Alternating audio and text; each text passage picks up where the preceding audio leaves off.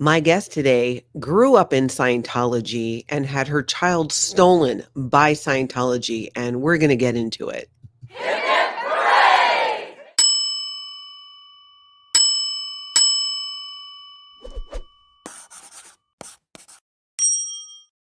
Welcome, everybody. I'm Natalie, and this is Scientology Life After a Cult, where we talk about Scientology and cults. Make sure you hit that like button on your way in, hit your subscribe button as well. And if you have any questions as we go along, put question in front of your question, and we'll keep an eye on as many of those as we can, because I know I have lots of questions for our guest today, and I think that you might too. Welcome to everybody in the live chat. Thank you to the members for being here. And a huge thank you to my incredible moderators who keep the show on the road every single time we go live. All right, we are going to jump into it. I'm going to introduce my guest, Amber Vanesse. Oh, let me get you off mute there. Hello, Amber. Hey. I'm so glad that we were finally able to do this. We talked a bit, and it was just, I knew, and I've seen your story. I saw another interview that you did, and I'm just so glad that we're finally able to sit down and do this, because I know too, you're in the chat all the time. So I think a lot of people on the channel know who you are. Definitely. And I might have said your child was stolen from Scientology. I meant childhood. Nancy just sent me a message. Oh, you said child. Did you mean childhood? Yeah, childhood. Her childhood was stolen, not her child. That's all right. Now, Amber, I was trying to figure out too, as we were talking, I think we just kind of missed each other when I was in the C organization and you were kind of going in and out as a child. And it is so interesting always how it seems like it's such a small world in ways, and it is this Scientology community and ex-Scientology community, and I feel like we're always playing six degrees of separation, because many of the people that you mentioned, I know exactly who they are because I was there at that time too. And it always helps, I think, when we can have these conversations and share these stories and help even other people put the pieces together, because you might be sharing your story or I might be sharing mine. And somebody who was in our community back then, whether they're in Scientology or out, might be watching and might be able to put some of the pieces together to their own story. So I always appreciate it when people are willing to come on and talk about those stories. So thank you for coming. Well, thanks for inviting me. It's awesome. Yeah. So let's start kind of back at the beginning, because I know that you were from Texas. Your mom was recruited into this T org, and at the time was she married at the time? So we moved to Texas actually from Connecticut. That's where I was born. She Okay. was married to my dad. We got invited to my aunt's wedding in 1980, and my aunt was already a Scientologist at that time.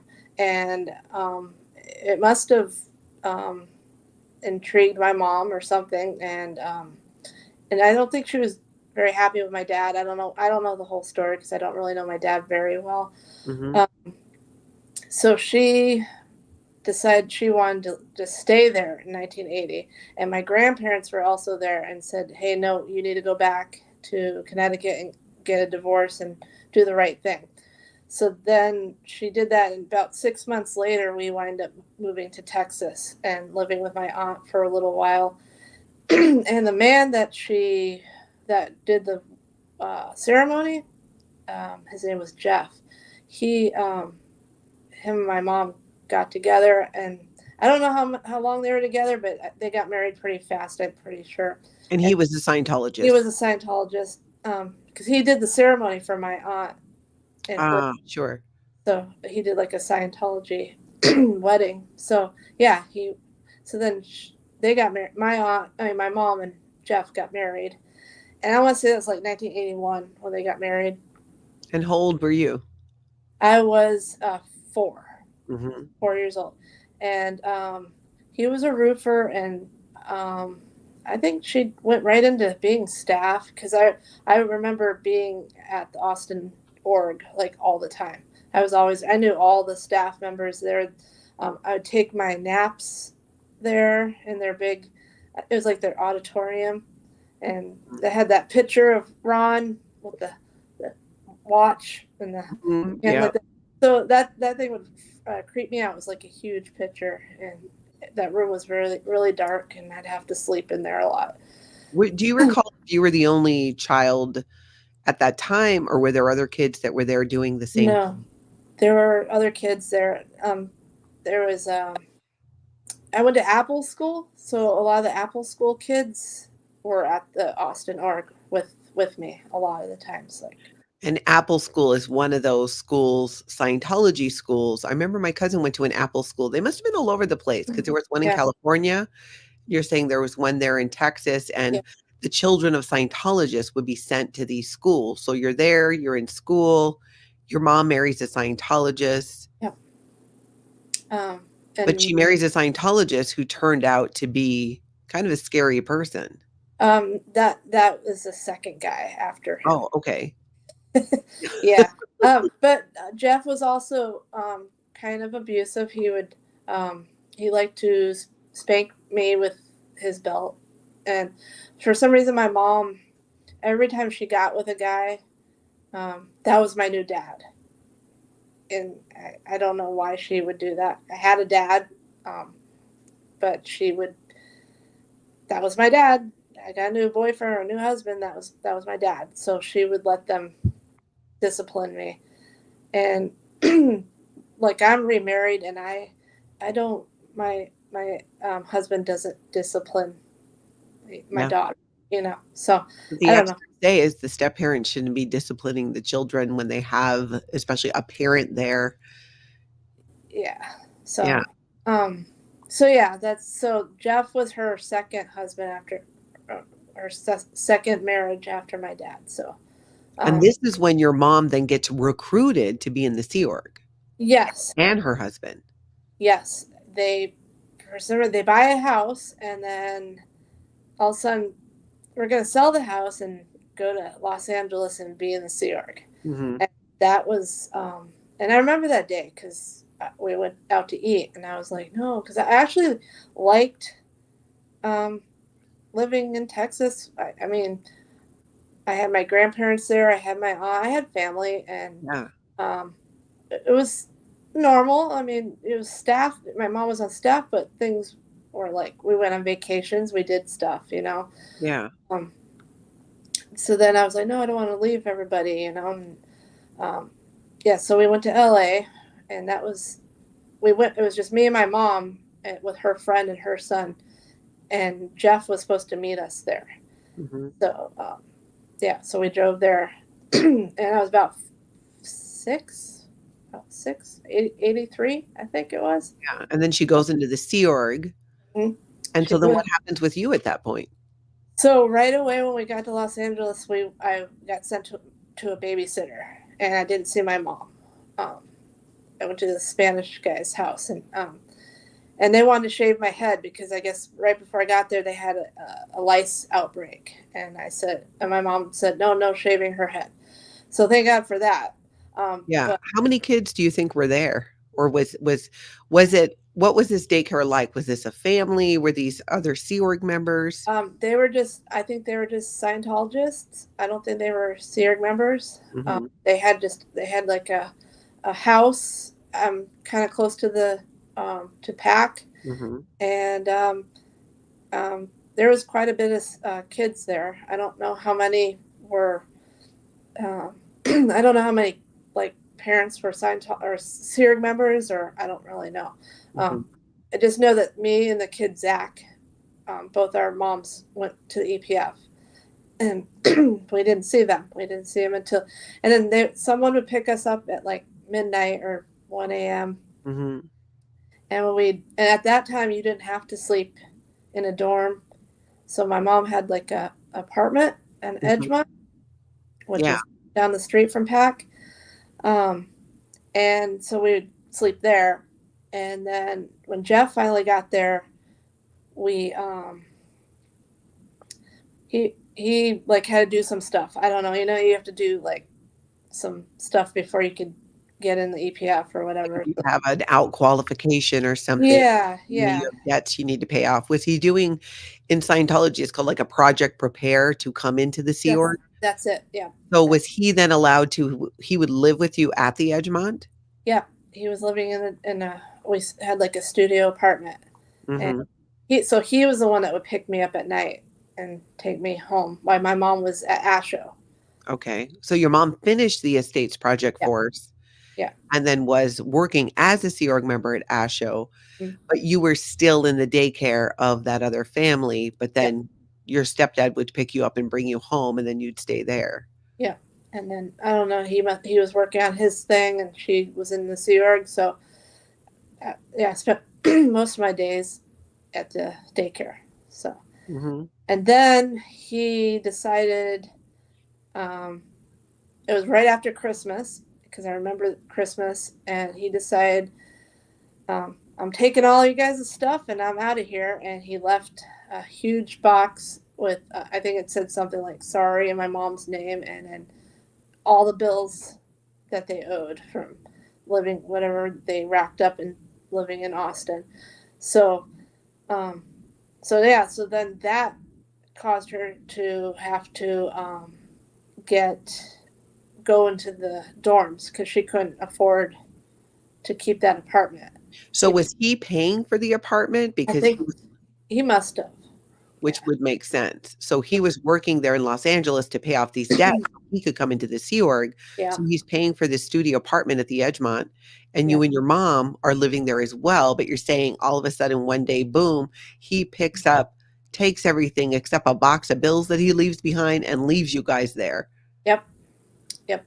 And so we wind up moving into the dorm rooms. And at that time, it was 4 bunks high. Oh, the 4 bunk days. Yeah. That And is definitely in the 80s. yep.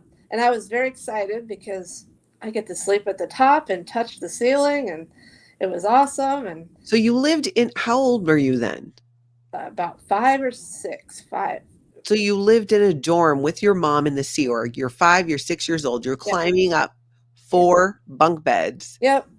Yep. Was your mom in that same row of bunk beds? Yeah, I think she was probably on the bottom or something. But yeah, I was so excited because I got the top bed, and yeah, and then I guess she was working on.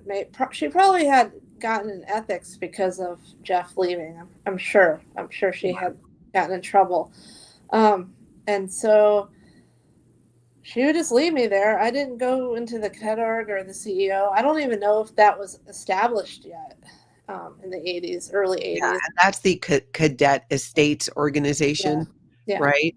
right. So where they would have their own Sea Org for children. So you're saying that might not have been there. So at that point, you're still living in the dorm Yeah. while your mom's working then at ASHO. What are you doing during the day?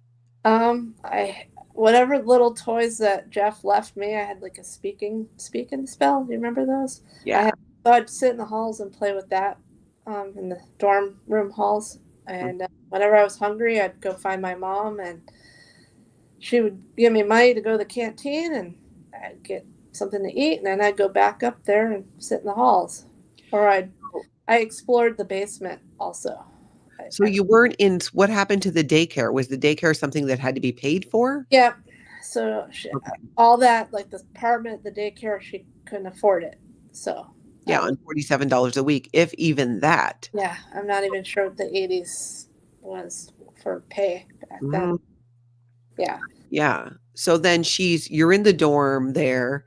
She can't afford the daycare Hmm. and you weren't in school, but were you of school age then? Well, like I said, I was in Apple School in Austin. So Mhm. that was like, Scientology school. yeah, it was like kindergarten stuff and maybe first grade stuff. And that was it because I didn't go into school when I got to Los Angeles. So yeah, I kind of missed out on like first grade. Yeah. So your mom's working there. You're just wandering the halls of the blue buildings, and you were saying you would explore the basement Oh alone. yeah, You're like 6 years old, yeah. just wandering alone, just all by yourself. And what would you find? I found where the morgue was, where yeah, because it used to be a hospital. So I found the morgue. I found um, where the RPF members were sleeping down there. There was like a gate, um, it almost looked like a fence, and they were down there, and they didn't even ask me what I was doing, because there must have been like an RPF person that was in charge, because he was sitting at a desk, and he didn't even ask me. I was just wandering around. Just Um, this kid wandering around, and that by itself, the yeah, fact that here's an organization that considers itself to be this mainstream religion, and here's this 6-year-old child just wandering around with no adult supervision, and nobody has anything to say about it. And the basement, when you're talking about the blue buildings, I mean, it's expansive, especially once you get into, with the tunnels and all of that. So you're saying you accidentally stumbled upon where the rehabilitation project force was, because they would sleep down there. yep, It was dark and gross. I mean, I yep. remember seeing it down there. And then you're saying you'd see them and they didn't question or say anything either. No, they didn't ask me nothing. Yeah. I saw there was a few offices down there, um, like where they made magazines and stuff like that. Yeah, There's the Mimeo, where they yeah, did all the copying of the flag orders and yeah, stuff, was down. yeah. I wound up walking in their office also, checking it out. Nobody asked me anything. Just Was that scary at all, especially to come upon the rehabilitation project force, because it's behind this gate and there's these human beings back there, and many of them, they're not allowed to originate communication. yeah, they didn't talk. Yeah, you have to have a certain armband. Hmm. You have to be a certain level through the rehabilitation project force, or you cannot originate any communication to anyone. So it could be, even if they saw you, they would not have been allowed to speak to you anyways. Yeah. I wasn't really scared. I just thought it was strange. I didn't know what they were doing down there, because it was very gross down there, Yeah, and I didn't understand why they had armbands. I didn't understand what was going on really. It was just kind of like, hey, hi, okay. And yeah, I don't think they wanted me down there, but they didn't tell me to go anywhere. yeah. And how did you know it was the morgue when you found the morgue? Because it said morgue on the door. It Mhm. still said, because it was still, they just moved in not that long ago before I got there. It was probably early 70s, or late 70s they moved in there, I think. Yeah, Um, so it still said morgue on the door. Also the bridge from Asho that went to the dining room and all yeah. that. That was still painted for the pediatrics kids. It had a rainbow on the wall, and it had kids like painted on there playing with balloons and stuff. I remember that. On the inside? Yeah, in the inside. Hmm. So it, I don't think that it was not many years that they were in that building, because Wow. there was a lot of old hospital stuff left behind. And there was also movies like in the can, like um, old movies, like Popeye movies and stuff. I wandered around. I found a lot of stuff. Yeah. When you went to the morgue and you saw that on the door, did you go inside? Was there anything still there, or had it been changed into an office? It wasn't an office. It was just a room. Um, it had a few equipment like beds, not beds, but like the metal beds that bodies would be on for autopsies. We're still there. Did you know Yeah, what that was when you saw it on the door, being you were like first grade? no, I didn't know what it was. I was just checking it out. I saw that there was like something that looked like a furnace. That's probably where they cremated bodies, stuff like that. So yeah, I remember just checking it out. Yeah. Wonder what this is for. So at what point then do you end up in the Cadet Org? Because Oh it was just getting formed then, you were saying it didn't exactly yeah, exist. Because it's so unusual, because your mom's a Sea Org member working at a service organization in yeah. Scientology. Do you remember what her job was there? No, I don't. I just remember her. I remember going to her. She had an office. I'm not quite sure what she did exactly though. Yeah. Um, But if it's not okay, don't say it. But if you can, what was your mom's name? yeah, I shouldn't say her name. You don't have to say it then. I would She's just, oh, still, we're still done. Tell me. I just want to know if I knew her. she's still a Scientologist. So I, Mm, yeah, but yeah, I will definitely. I'll let you know her yeah. name. So what happened then where you ended up at the Cadet Org? So she went because of all the debt that Jeff left her. Hmm. And I'm able to say his name because he passed away. Yeah. So so she had to be routed out because I think she was an ethics um, problem now because she owed all this money. So we went back to Texas, Yeah. and then the crusade happened. 80, I think. And the crusade, for those who don't know, that was during because there was a lawsuit, right? Can you kind of fill people in on that Yeah, if you remember? yeah. It was 1985. Um, we were all going to, I think it was Portland, to protest tax exempt to get to get religious freedom um, for Scientology, so they could not have to pay taxes. Hmm. And my mom was very excited about this, and we flew out there back to LA. We flew back to LA, and we stayed in Edgemont again, but as a guest at someone's apartment, and we did the whole marching and protesting, and we went on boats and slept on the lawn. Yeah, it was You interesting. slept on the lawn. So when you guys Yeah. went there to protest, did you not Mhm. have a place to stay? No, we all slept on the lawn of the, I believe it was the Capitol or something. We were protesting, so Mhm. a lot of us just slept on the grass there. Yeah. So funny. It sounds like an occupation. Yeah. So, but again, I was a kid and I thought it was a lot of fun. I got to help blow up balloons and, Yeah. and I also, yeah, I also wind up hurting that lady with the sign because I was too small to hold the sign. And I wind up hitting her in the nose with it, and I wind up having to do a contact assist, which I talk When you about. touch it back. So like if I bang myself with this microphone Yeah, and as a Scientologist, I would then touch it back yeah, until it felt better. right. And yeah, so I talk about that on my last interview. Um, but so then we got out of there. Oh, and then okay, so the last few days of the protest, we were at CC at Celebrity Center, and I saw this guy's music equipment, and me and this girl started messing with his stuff, like playing with his guitars and stuff. Yeah. I wish I never ever touched that stuff. I wish I never even found that table. But his name was David. This is a guy that was the evil person. He wind up, him and my mom wind up hooking up. So then we wind up moving back to Los Angeles from Austin and moving in with him, With David. with David Joyle. Okay. And a lot of bad stuff. He was a very bad man. And He was he was a Scientologist, but not a Sea Org member. not a SEERG member. Yeah. Um, so I think my mom was still working on paying her debt that she Mm. owed for a little while. So she didn't get back in the Sea Org until like 90, I think it was, or 91, something like that. But David um, basically did a lot of stuff.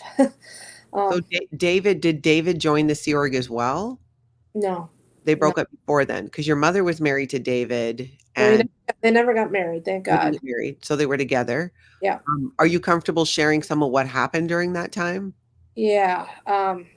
He basically he took my mom's cats and broke their necks, drowned them in a tub.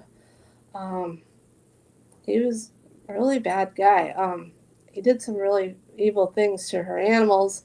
And then one night, oh, also his kids were visiting for the summer, and we lived in like a Scientology, like it was a bunch of little houses all together. It was all Scientologists that lived there. Hmm. Um, and his kids were supposed to go back to their moms. I think that they lived in Florida. They their plane tickets went missing, so he blamed me and he told all the people in all the little houses, and they surrounded me, and I was 9, 10 at this time, and they surrounded me and started getting in my face and give back the tickets. You need to let them go home to their mom, and so I wound up like running away and waiting for my mom to show up. I like hid in a bush, and I started like crying when I saw her. Like, I didn't take the tickets. Well, it found later on he confessed that he took the tickets himself. I don't know. He was a psycho. He And sounds like a psycho. I mean, killing animals like that, it's just next level. That's such a sociopath. I mean, that's yeah, nuts. That's how you hear that serial killers get started, yeah, is hurting animals. yeah. And so one night I decided to sleep with my mom, and they slept in the living room on a pull-out bed from like a couch bed. Mhm. And I remember she got up to go to the bathroom or something, and he scooted up next to me. And again, I'm 10. He had to be in his 30s. And yeah, so I thought he was putting his finger on my back. It wasn't his finger. Let's just say that. Yeah. So, I'm sorry that happened. That's absolutely freaking disgusting. yeah, it was pretty bad. And then he confessed to that. He told my mom everything, and then she tried to leave him, and he would like stalk her. Like he'd hide when she'd come out. Like if she was getting gas, for instance, he jumped on the hood of her car and started yelling that he loved her. And yeah, so I wind up getting sent back to Austin, Texas, to live with my aunt. So when your mom found out, did he just admit all of this at one time, or Yeah, did you go to her? How did it come out? I'm not really quite sure because I was young. I don't really know how the whole thing went down, but I know that he confessed everything. He said he molested me. He said he killed her cat. He drowned the other cats. Um, Cats, cat plural. cats. Yeah, one cat he broke his neck, and that cat actually died. The rest of them did not die. He just like was putting them in the tub while he would take a shower, and he would tell us that he was just giving them a bath, but really he was like holding them under the water. And this is the Scientologist. Yes. And being he's a Scientologist, I'm assuming what happened? Did anything get reported, or was it just, I mean, you can't I report a Scientologist I if you're don't. following the rules. I'm sure she went to the org and went to ethics or something and worked something out there. I got sent away. I got sent to my aunt's house because my aunt was she didn't like the way I was looking.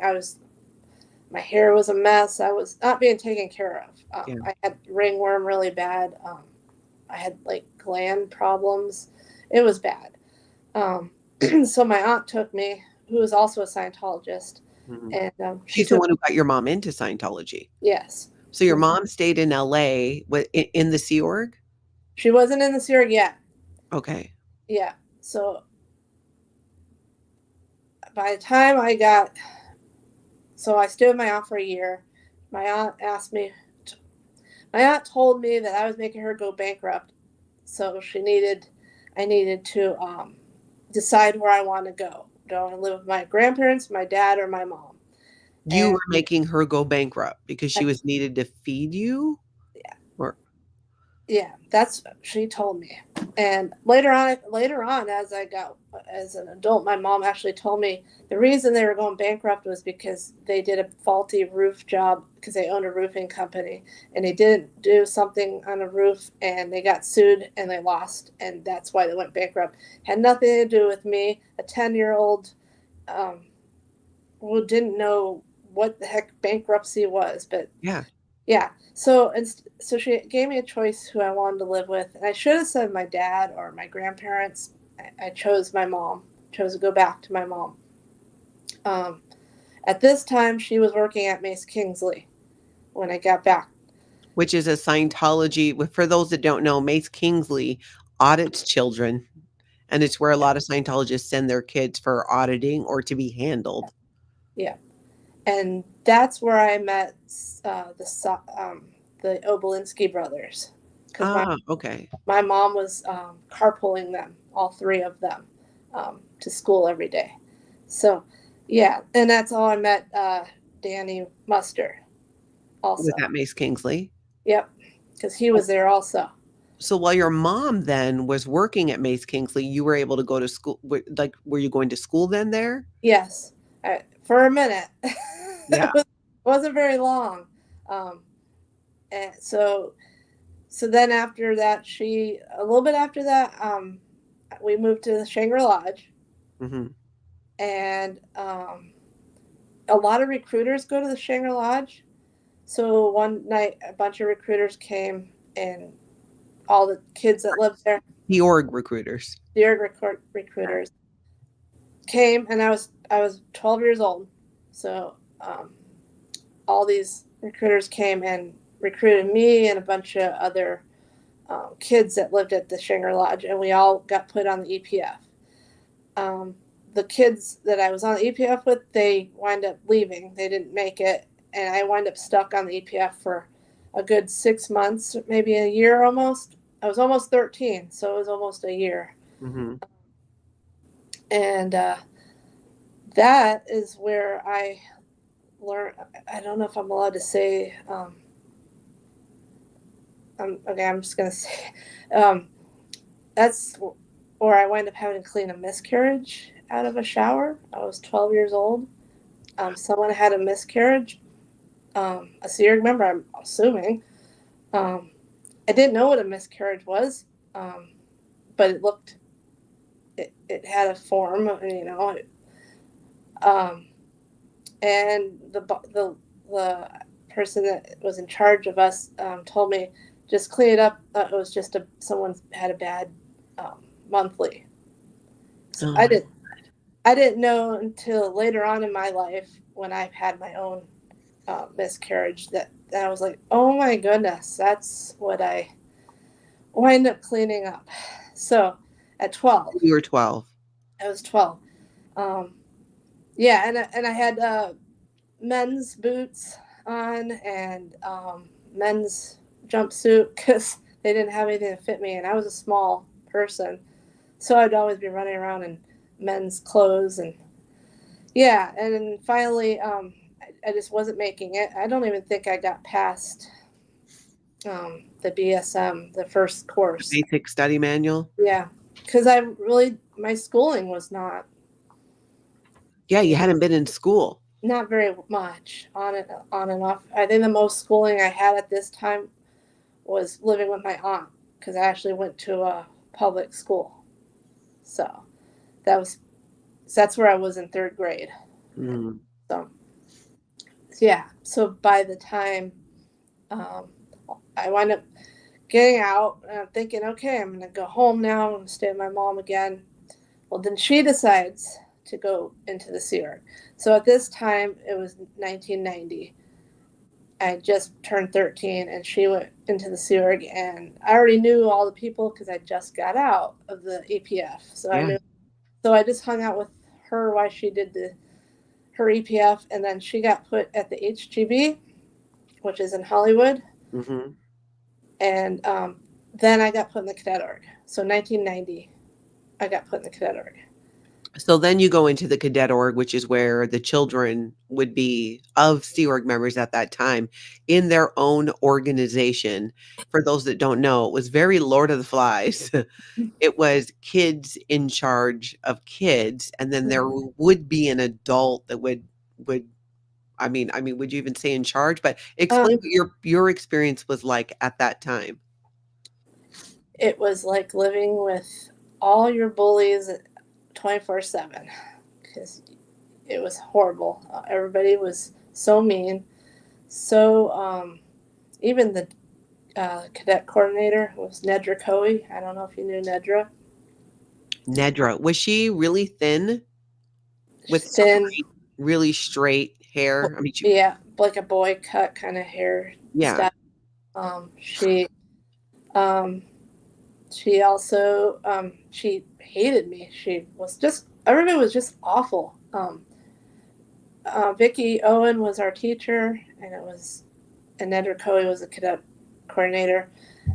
And there was a few cadets that I got along with, all the ones that would run away. Like there's a few. One of the guys that I hung out with, he set the 8th floor on fire. He was smoking. The 8th floor of the main building? Yep. And he there was a bunch of mattresses up there, and he caught the mattresses on fire. And so they kicked him. I think he had to live at the Anthony building for a year or so because he did that. So those are the kind of kids I hung out with, the rebels or whatever you want to call them. Yeah. But yeah, everybody would yell at each other. Everybody would swear at each other. Everybody would.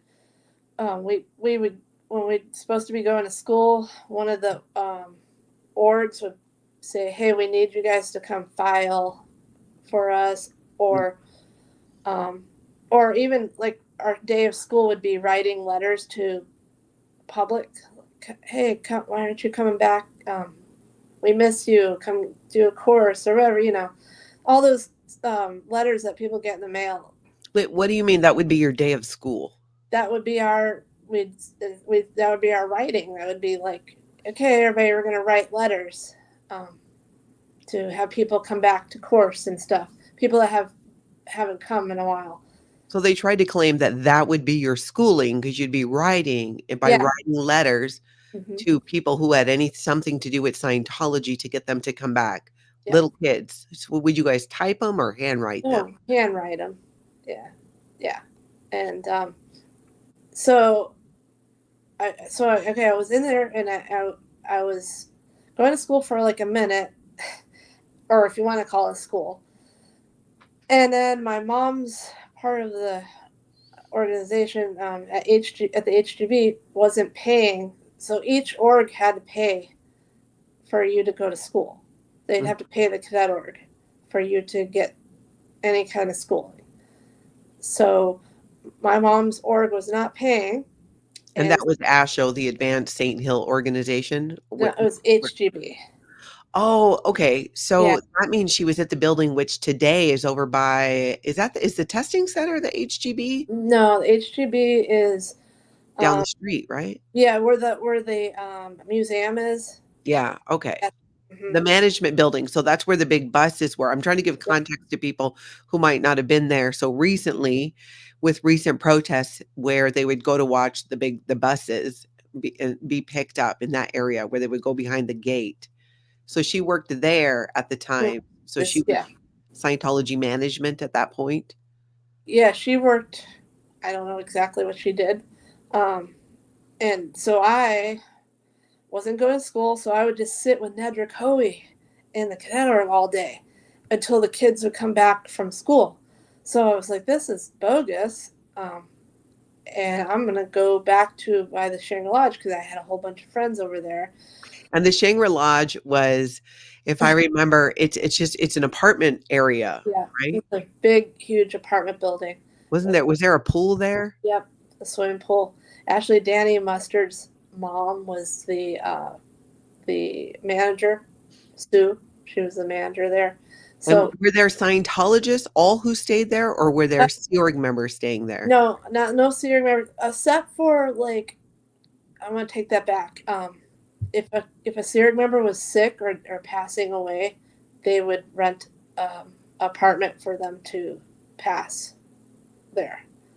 So yes, there were Sea Org members, but they were sickly or not going to live too much longer. Yeah. So yes, but that's it. Not like an actually Sea Org member that was going on post every day. No, none of those people. So I went over there and I stared, and this was when Celebrity Center was getting renovated. So the old CEO building is now where the pavilion is. Mm-hmm. So that building was condemned, but they still had the kitchen running. And so I went there, and one of the guys I was on the EPF with, his name was Rocky, he said, why don't you help in the kitchen if you're not going to go back in the Cadet Org? And I was like, fine, I'll just help out. And that's what I did while they were renovating. I worked in the old kitchen. And with the cook, his name was Cliff, and Rocky. And it was pretty fun. I mean, I had a good time because I also got to babysit public. So this was at Celebrity Center at the Manor Hotel when they were undergoing the hotel renovations. Yeah. Did you remember Corey from the chef area? He may or may not have been there then from the kitchen. Might have been later after I think they finished the renovation. But this was pre-renovation. Yeah. Yeah. It's pre-renovation. So you're there and you're just helping out in the kitchen and doing some Yeah. babysitting and making a little bit of money. Where are you living at that point? In the at PAC with my mom. I was basically a blown cadet. Mm-hmm. And but if you want to say I was blown, I mean, I was helping out still. Yeah. It was just I wasn't going to school or sitting with Nedra. I just didn't want to be there with Nedra. Yeah. um, So so they didn't have you in school because your mom's organization, which was a higher than ASHO, higher than the last one she was at, a yeah, higher up Scientology management group yep, that couldn't pay for school and school that was at the Cadet Org. And you're saying school like that, kids had to do things like write letters yeah, for Scientology organizations instead of doing actual schooling. I yeah, remember too, didn't they work on like the Central Files project? hmm, They would do different things like that as well. They would do yeah, missions to make money for the Cadet Org, their own organization to sustain themselves. yeah. We filed a lot, lots of filing, Mhm. um, and stuffing of envelopes with like promo in it, Yeah, promotion. doing the bulk mail. We Yeah. do that too. Um, yeah. So then, when Celebrity Center was just about to open as I guess would it be an ideal org? I don't really know. I Um, remember I think it was just the renovation. They renovated the entire Manor Hotel, yeah. the Celebrity Center, because I think this predates the Ideal Org program because Okay. this was, well, let's see, it was after, yeah, it predated that, I believe, because I remember because I was there about that time. Mhm. And the Ideal Org thing didn't come out until I was already out of the Sea Org and was a Scientology public. So Okay. you're there doing that, and you're about how old at that point? So, so I remember actually my 14th birthday. Cliff, the chef, he made me a huge sheet cake, and everybody in the kitchen celebrated my birthday with me. And the next day, a mission came in, and they had everybody line up, and they said anybody that's not Sea Org, because at the time I guess you could be staff at CC. Yeah, you could. In fact, my mom was a contracted staff member for the Manor Hotel. You could be a 2.5 or 5 year contract. And so they had people working there that were like Scientology staff members in that way and not Sea Org members. So Yeah, this must have been when they came in and said, nope, no more. yeah. So right on my 14th, the next day, October 14th, because that was mine's October 13th is my birthday. So And what right, year was that?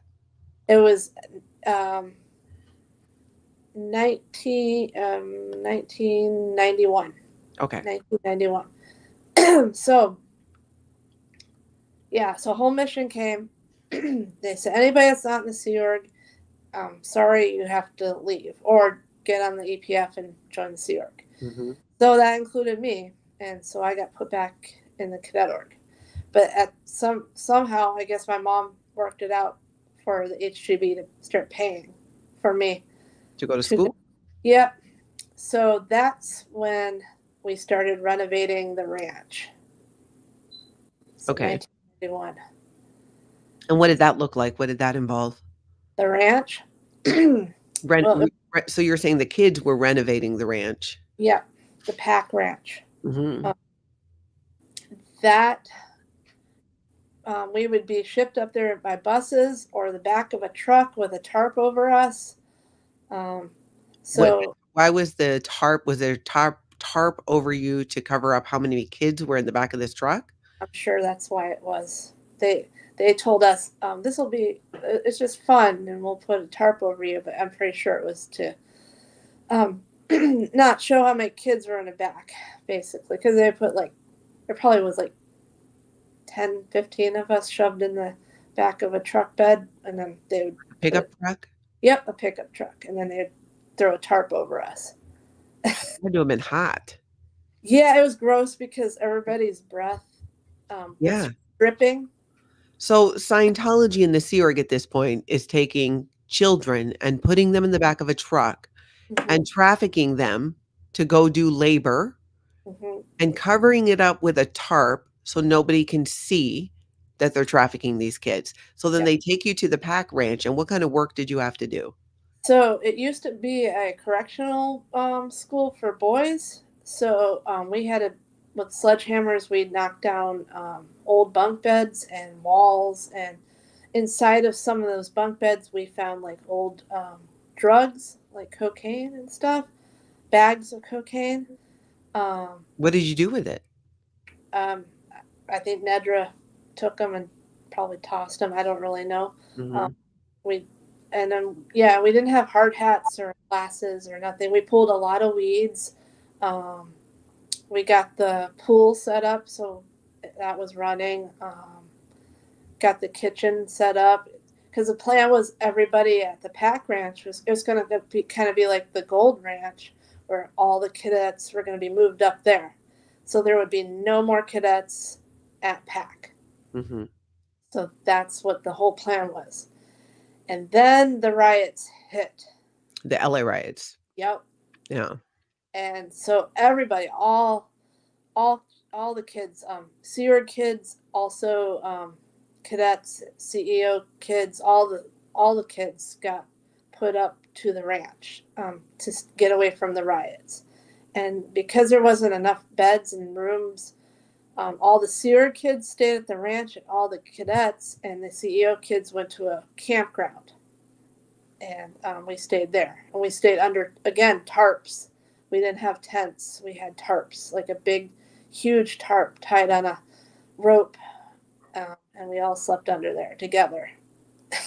And what was the purpose then of moving the kids? Was to get them out of that area because of the riots? Yeah, because of the well, we so at the time they were renting a school in Inglewood, I think it was, that we'd go to, and that place got flooded. Someone vandalized it. Mhm. So instead of us, because we were all on the bus ready to go, and so we were just sitting there, and next thing, all these executives got on the bus and said, "We're gonna go on a field trip." They didn't tell us what was going on, Mhm. and then they made it sound like it was just going to be a day at the ranch, but we wind up spending the night there for a little while, a few weeks, like a week or two, and Under the tarp at the campground. yep, yep, Were and there other people at the campground? Was yeah, anyone wondering, like, what is this tarp and all these kids randomly all sleeping under there together? I'm not sure what people thought, but I would wander around and I'd find people to go fishing with and stuff like that, and then Nedra would be like, hey, "You can't be hanging out with non Scientologists," and she's like, "You need to stay with the group," you know. Yeah. I was not a I didn't listen very well. I'd do my own thing a lot of the times. Yeah.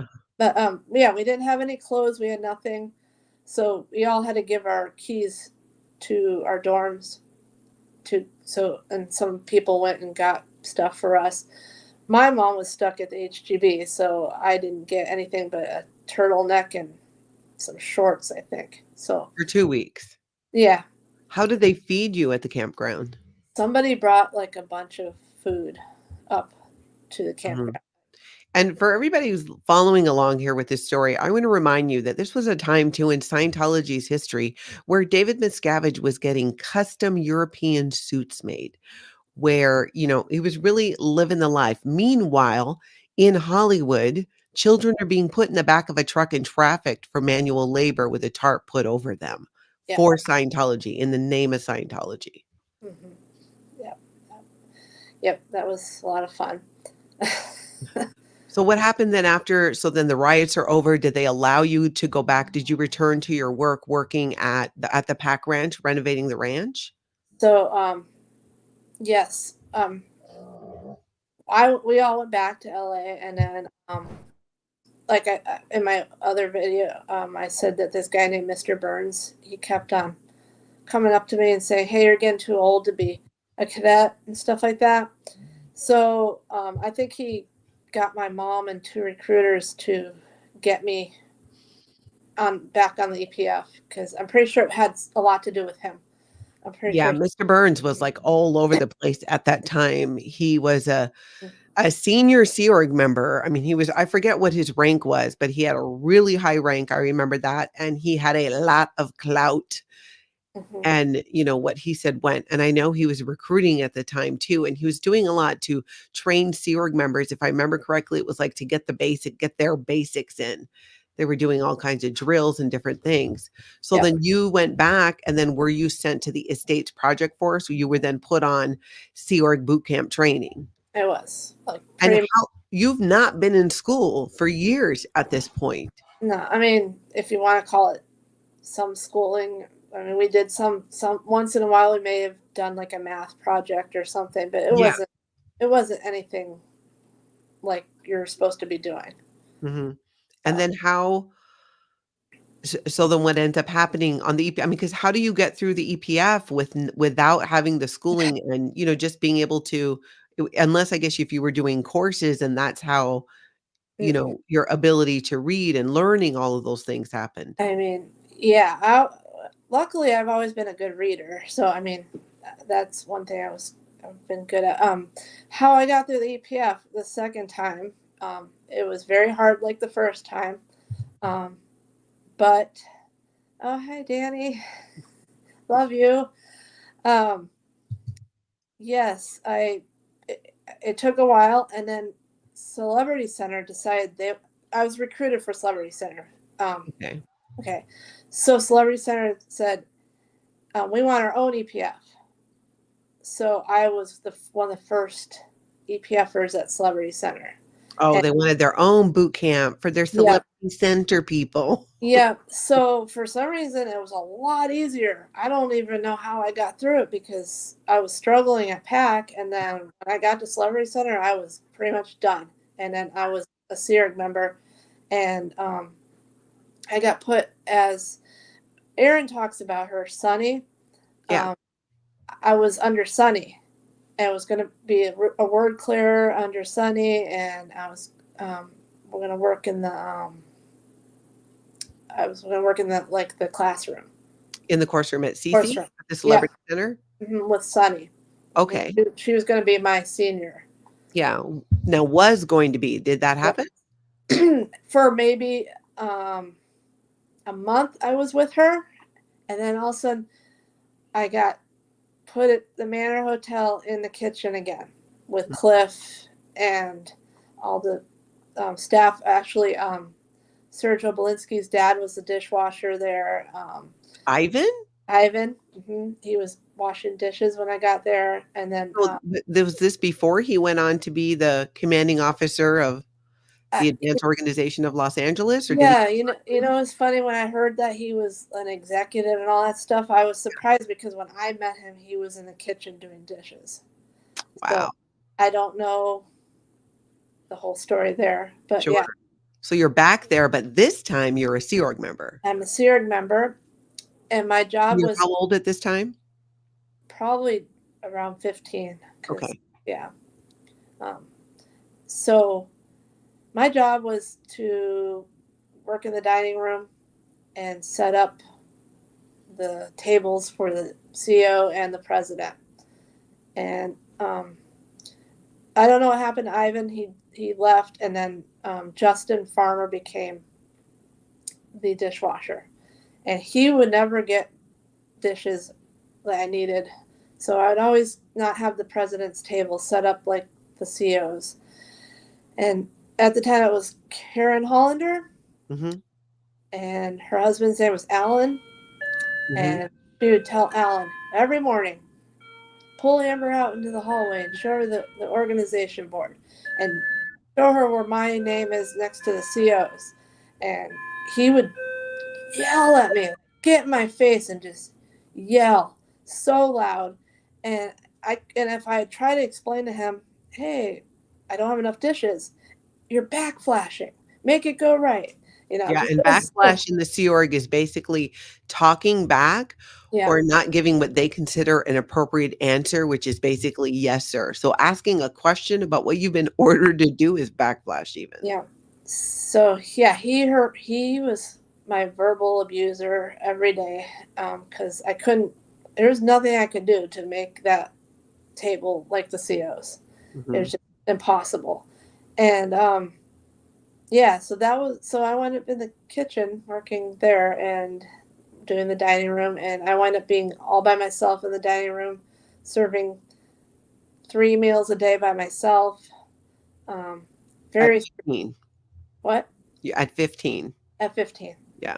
Very stressful job. Um, and that's when I started running away a lot because back then there was no fence around Celebrity Center like there is now. Mhm. And I would just go out the back door where the dumpsters are and Mhm. run away. Just Where go. would you go? Sometimes I'd go to very morbid. I'd go to a graveyard. Sometimes I'd find a park. Sometimes I'd run to my mom at the HGB and tell her I want out. And And what was your response to that? um, she would tell me, go back before you get in trouble, before they find out you left. Mhm. Yeah. And then, yeah, every time. And one time she did have an executive talk to me, um, Mhm. and he told me the same thing. You need to go back before um, ethics officer finds you here. Yeah. So no one ever helped me. And I would You just, just went back. yeah, I'd go back. And sometimes the ethics officer, I think his name was Mike, he would find me and pick me up, and I'd go on a drive with him in his Jeep back to Celebrity Center. Oh, Mhm. shit. Sorry. Oh, no worries.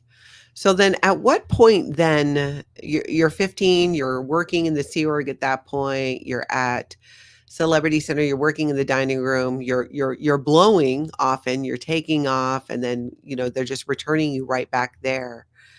Is it from there that you left? What happened from there? So from there, well, I got molested one more time by a SEERG member there. He was 18. And so that happened in the kitchen right when it's time to go home. Um, and then I told Right on him, at Celebrity Center, so at the Manor Hotel? yep, Was he someone who worked in the kitchen? he was a dishwasher, Mhm. You Justin. remember? Justin Tennant. Tenant? Yep. Sure, you know his mom. Um, Who's his mom? I don't know her name, but the Tennant, they're Tennant brothers. Is Justin and his brother. I don't know his brother's name either. Yeah, But that was in 91 or so, right? So I was already in Seattle at that time. okay, well, yeah. So this is how it started. How I wind up leaving. So he molested me.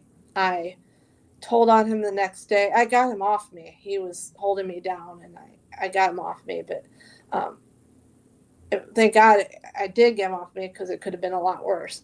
But so the next day I told on him. I told the ethics officer, and he said, "Justin, did you do that?" And he said, "Yes." And he said, "Put out your hand." And he slapped his hand and said, "Don't do it again." And that was it. And I also told my mom. She wrote a KR on him, knowledge report. That was it. And nothing got done. And again, it's like, no, of course, there's no counseling or therapy or someone checking and make sure you're okay after once again something so traumatic happened, Yeah. and nothing happens to the guy who did it. He Yeah. just was on post like normal. Yep, he went back to post. I at least got a good punch. I got punched him Good. when he was holding me down. I punched him. That's why he let go of me. Yeah, that's how you got out. Yeah. So so a little bit after that happened, the CEO of the Manor Hotel, because there's two COs, I forget her name. She pulled in a bunch of people in her office and said, who wants to leave the Sea Org? Raise our hand. And I don't think you're supposed to do that, but I raised my hand. I said, I want out now. And she said, okay. And then I was under watch for a little bit. And Yeah. And for those that don't know, when you're under watch, somebody is assigned to watch you 24/7 to make sure you don't run away. yeah. And I I didn't leave right away, but maybe it took a month. I didn't do any routing out form. I didn't sign anything. I didn't no auditing, no nothing. They just let you go. Just let me go. Mhm. And Just then like where did you go? I had a friend that let me. His mom and his stepdad let me stay with them on their couch across the street from PAC, and I stayed there for a little bit. And you were about 16 then? Yeah. Okay. So, and then I kind of just whoever would let me stay with them, that's where I would stay. I stayed at a lot of people's couches or Yeah. on the floor. I'd sleep on. I did that too at almost the same age, but it was back in Hawaii. Oh, Yeah. So you're doing that, you're couch surfing, and then what happens? Your mom is still in the Sea Org at that point, mhm. and you're out of the Sea Org now. Did they give you a freeloader debt? Oh yeah, I got freeloader debt. I still have the freeloader debt. I never Mhm. paid it. Yeah, I and don't pay it. I was like, yeah, you guys, not paying nothing. That's stupid. Mhm. Um, no, I just hung around because my mom was in the Sea Org, and I wanted to. That's my mom. I want to be by my mom, you know. So, I get it. um, and back then it wasn't so much security, so I could go in. She was living in Lebanon Hall. Lebanon Hall? Yeah, that's where I lived. Yeah, so I could just wait for a Sea Org member to. Oh, hold on. I'm sorry. No, no Uh, problem. So Lebanon Hall was where the Sea Org members let lived, but yeah, there's usually like a key card, right? Or yeah. something? So I'd Yeah. wait for a Sea Org member to open the door, and I just go in, and no one would ask me anything, and I'd see my mom. I would have some maybe I might eat with her or do her laundry or something with her, and whatever time I could see her, I would see her, and yeah, I just lived out in people's houses, and I mean, For how long? At what point did you get out of there? Or did you go back on staff or did you then no, move? no, until I met my ex-husband, and his dad let me live with him, and they were funny enough, they were living on Edgemont, the same building where it all began for me when I was in daycare. Yeah. So I wind up living How with them. old were you when you got married? 22. Okay. I So had from the age of 16 to 22, that time, were you pretty much couch surfing and yes, couch surfing, staying wherever I could. I was partying a lot. mhm. I did whatever I wanted to do. I just did. Hey, there's a party tonight. One time, I even went all the way to San Francisco in someone's van. Wow. Yeah. So at Um, 22, is that the point where you get out and you move mhm. away? Yeah. So I have my son at how old was I? I was 22. I had my son. So yeah, right when I had my son, we um, kind of slowly started going our own direction. Kind of instead of moving across the street from Big Blue, we were down the street a little bit more, and then it kind of got further and further away, and then now we're all of us are in Illinois. So you So ended up, did you move to Illinois with that husband? yep, yeah, So you go he ahead. grew up in the Chicago org. Okay. So yeah, so Chicago's his was where he was from. So And is he still in Scientology? no, no, Okay. no. Um, So you yeah, guys all moved to Chicago, but at some point you split. yeah. We a few years ago, actually, about me and my ex stayed together for 23 years. Wow. We and we probably shouldn't have. We were, it was kind of a toxic relationship. But again, he was an ex-Scientologist. I was an ex-Scientologist. He has his own trauma, and two people with trauma is just not. Yeah, You not a good recipe, especially when you have no tools or, resources to work through that at that time. Yeah. So you split up, you're both living there, and now at what point do you guys leave Scientology? Was it when you left LA, you were pretty much done? Um, yeah. Well, in Chicago, he went to the church there or the org there a lot. We did actually wind up getting married at the Chicago org because that was his home. He knew all Yeah, those people. But a little bit, we wind up moving to. I don't know if you ever heard of Rockford, Illinois. yeah. Okay, we wind up moving in Rockford, and that's kind of where my son was about 5. So like 2005, we Mhm. started splitting away from all Scientology. Scientology. Yeah. Yeah, and that's easier to do the further you away you are from an Scientology org because there's Yep. not as likely that they're gonna go that far to show up on your doorstep. So Yeah. when you left Scientology, then your mom is still in the Sea Org. Is your mom still in the Sea Org or Scientology today? Yeah. She's not in the Sierra, but she is in Scientology. She lives by Flag, like 5 minutes away from Flag. Um, she got out of the Sea Org when my son was two, maybe. Mhm. So 2002. Yeah, was she did she leave on her own accord? I really don't know what happened with why my mom left. She got in some trouble. I know that. Mhm. It might have been because of me, because I was always, I was the trouble. I was the PTS. Yeah. You And know. I think maybe you know this by now, but Amber, you were not the problem Oh, I know. anytime. Uh, You were doing what you needed to do to survive, and you did, and you got through that, and you got yourself out of it. yeah. It makes you incredibly badass and makes me wanna throttle your mother. I'm sorry. And Oh, that guy. oh, yeah. Me too. So because she's still in Scientology, d do you have a relationship today?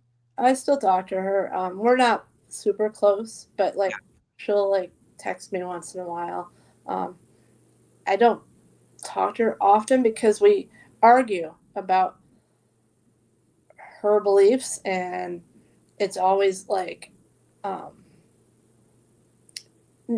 like she won't say, "Hey, that was wrong."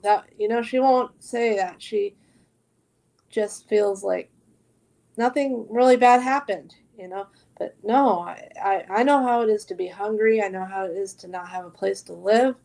Um, but she won't, I try to talk to her about stuff like that. But like the time I talked about Justin molesting me, I brought that up. I was visiting her at in Florida a while. It was a while ago, and I brought that up, and she said I wrote a KR. So Like, what do you that want me to do? I wrote a knowledge report. So in yeah, Scientology, for those that don't know, Scientologists cannot report another Scientologist to law enforcement, and so they'll write a knowledge report, and then maybe if you're lucky, something gets done, but as often is the case, nothing gets done when it comes to SA. And like you said, he was given a literal slap on the wrist. They yeah, slapped him on his hand yeah, and said, "Go about your business." yeah. So those kind of things, she doesn't see how that is bad or how that affected me. Or so we just when I talk with my mom, it's just like, oh hey, um, happy birthday, Merry Christmas, that kind of stuff. Yeah, yeah, Thing, just those times. Yeah, and yeah. that's just unfortunate. Is she still practicing Scientology? Does she have a freeloader debt? Is she in good Oh standing with no, Scientology? no, she's married to. Actually, this is one of the nicer guys that she's married to now. He's a Scientologist, but he's actually a really nice guy. Um, and I don't know. She doesn't have a freeloader's debt anymore. I don't exactly know how she paid that Yeah, off. Um, like when she got out, she went her own way and I went my own way. And I really don't know how she paid off stuff or did what she did. yeah. Um, but I do know she goes to flag a lot. Mhm. Every once in a while, I watch Aaron's like when he's walking out around there. I'm Yeah. like, he's gonna bump into my mom. I know he is. He's gonna wind up seeing her one day. It's gonna happen. Mhm. And Um, it's always been interesting to me how when people leave the Sea Org, that there's this desire to stay close because you still so feel the mind control is still so strong that you need to be there and somehow still contributing in that way, and that your mom moves so close to flag. I think it's really telling. So now you're in Illinois, you've got your own life, you've yeah, got your kids are older, you've yep, remarried, yeah, you're in a whole nother situation, yes. and I own a house. yeah, you own a house, you have a place to live, you are providing for your children, Yep. you've been in the same job for several years. I mean, you've really done an amazing job at getting out of that and just getting your life going. Yeah, thank goodness. Yeah. Yeah, that's absolutely amazing. I'm gonna grab a couple of these questions. Okay. One of these, Cindy saying, "What's the difference between a cult of Scientology and a regular marriage ceremony?" As I remember it, it's just the difference of is just it's what they say for Mhm. the marriage ceremony, right? Do you remember, isn't it the thing where you do the 2 rings? Yeah, these The two rings unite, and there's a whole long speech that they read to you. I was actually like, when is this going to end? Like, I just want to Can we be just get married. married? Yeah, it was a long, long speech. Yeah.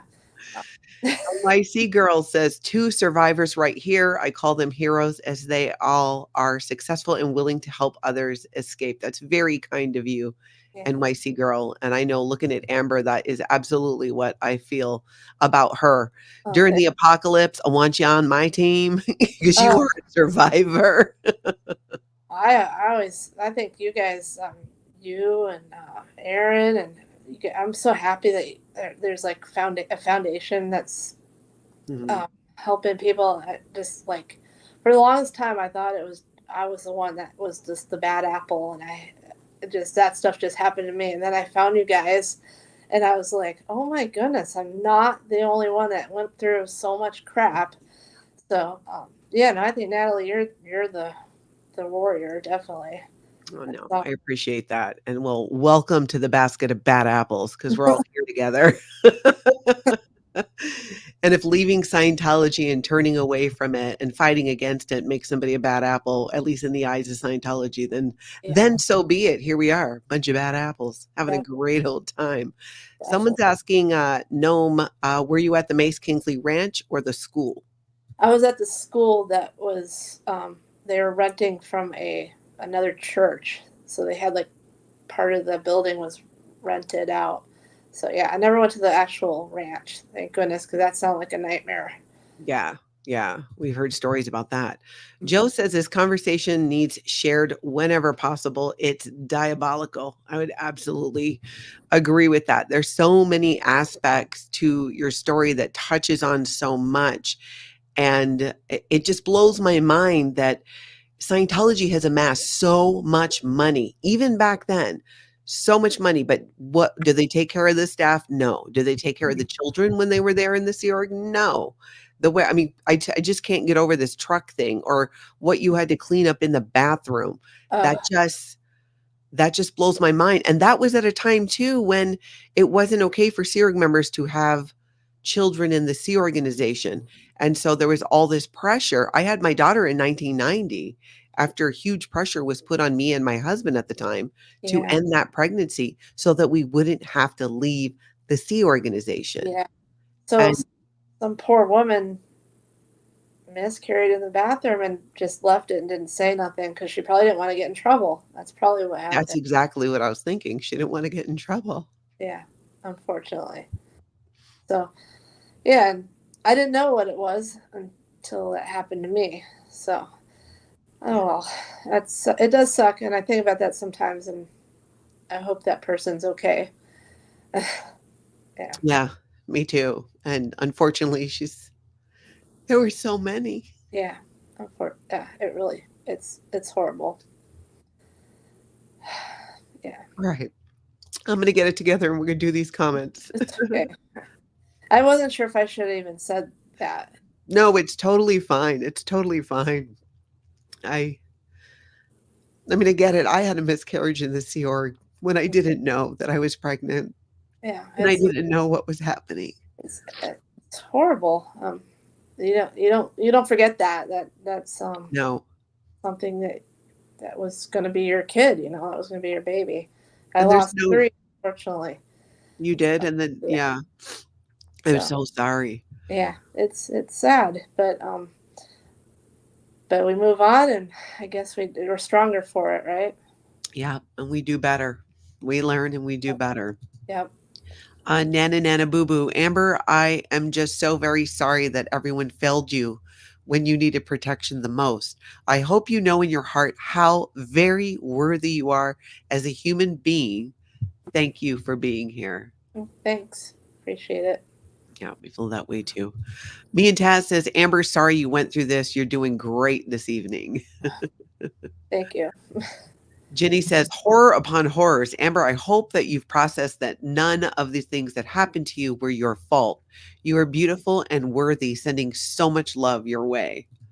Thanks. I would agree with that. Windy City Satan Watch says, Scientology hiding from public view? My pearls, as some would say. And that's true. This is just all of these are the things that they've covered up or tried to cover up for such a long time. And even though today there are not children being born into the sewer because they Yeah. don't have the facilities, frankly, they never did. No. There are children who are 14, 15, 16 being recruited into this organization still, which is just still way too young. Well, no, I mean, gosh, for anybody, nobody should be there. Anna from Canada, thank you so much for that super sticker. Thank you, Amber, for sharing your experience. You are so appreciated. You deserve so much more, and my heart aches for you. You are incredible. Please continue to share your story. And Amber, I don't know if you know, there have been a few other people in the comments too, where you're jogging memories for them. And like we talked about when we first started here, is it helps people who experience this put the pieces together. I know I did when I left Scientology and over the years have been able to connect even here online with other exes. And like you said, you thought you were the only one. You thought you were the bad apple. Yeah. And then you come to YouTube and find the rest of us bad apples. Yeah. Yeah. It's awesome. Yeah, it's good, and I'm glad I found some people that I didn't like haven't talked to in a long time, like Danny or Daniel. Everybody's calling him Daniel now. So Daniel, yeah. yeah, I thought I didn't know what happened to him. I totally did not. He just just separated and didn't get to talk. And he was a really big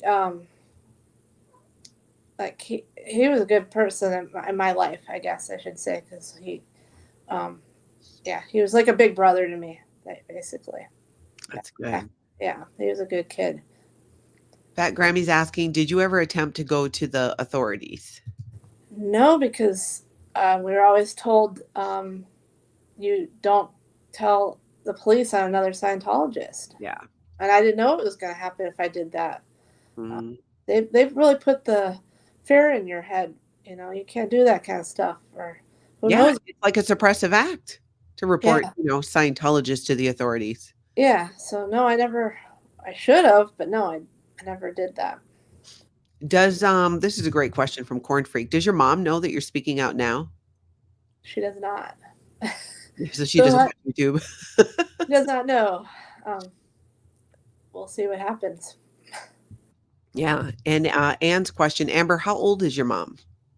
She's in her 60s now. Wow. It's just amazing. I'm so glad that you were here. And I'm so it sounds funny to say it's beautiful that you're sharing this because like I said, it helps other people connect the dots who went through that as well. And it hopefully inspires some people that are whether they're going through something similar or did that there is so much life to live outside of Scientology or any controlling group or cult. There's so much life after that, which is what they tried to convince us wasn't true.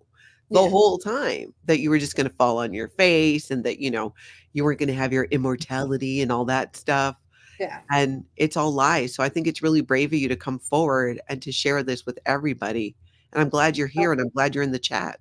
Yeah, thank you.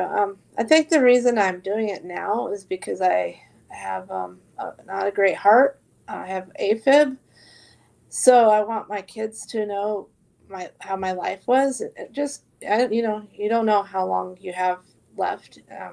and I really don't have the. I see a heart doctor every year, so right now I'm good, but I don't know. So I'm doing that because I want people to know what I went through, and my kids to know that, and hopefully I'll help somebody. I also am always there for whoever needs a place to put their head for a little while, or a ride to an airport or a bus station, whatever I could do for anybody, because I sure needed that back in the day. Yeah. Yeah. No, completely. I get that. Well, I'm glad you came on, and I hope you do again. There are your story in itself just needed to be its own interview, but there's so many other things that I wanna have you on for again to talk about and connect some of the dots in other ways about when it comes to, the Sea Org and that whole experience. So, I'm sure you'll hopefully be willing to do that. Oh, definitely, definitely. Yeah. It'd be really cool to. I always had the idea of maybe a bunch of us old cadets could all get together and talk and stuff like that. It would be kind of cool too. But That would be fantastic. That's a yeah, great idea. Maybe you could yeah, start with, I don't know, a Facebook group or grow from there. yeah. And, there's the on Facebook, there is a group, isn't there? Children, Yes. what's the name of it? Um, I'm just totally going blank. I Let know me what you're look talking for it. about. Children of Scientology or something like that. Yeah, yeah, yeah, on Facebook. Definitely. But there Yes. needs to be more because Yeah. there's so many different pieces of this. Hmm. Well, thank you so much, Amber. Hold tight, don't go anywhere. I'm just gonna wrap up here. But thank you, and Yeah. Thank you for having me.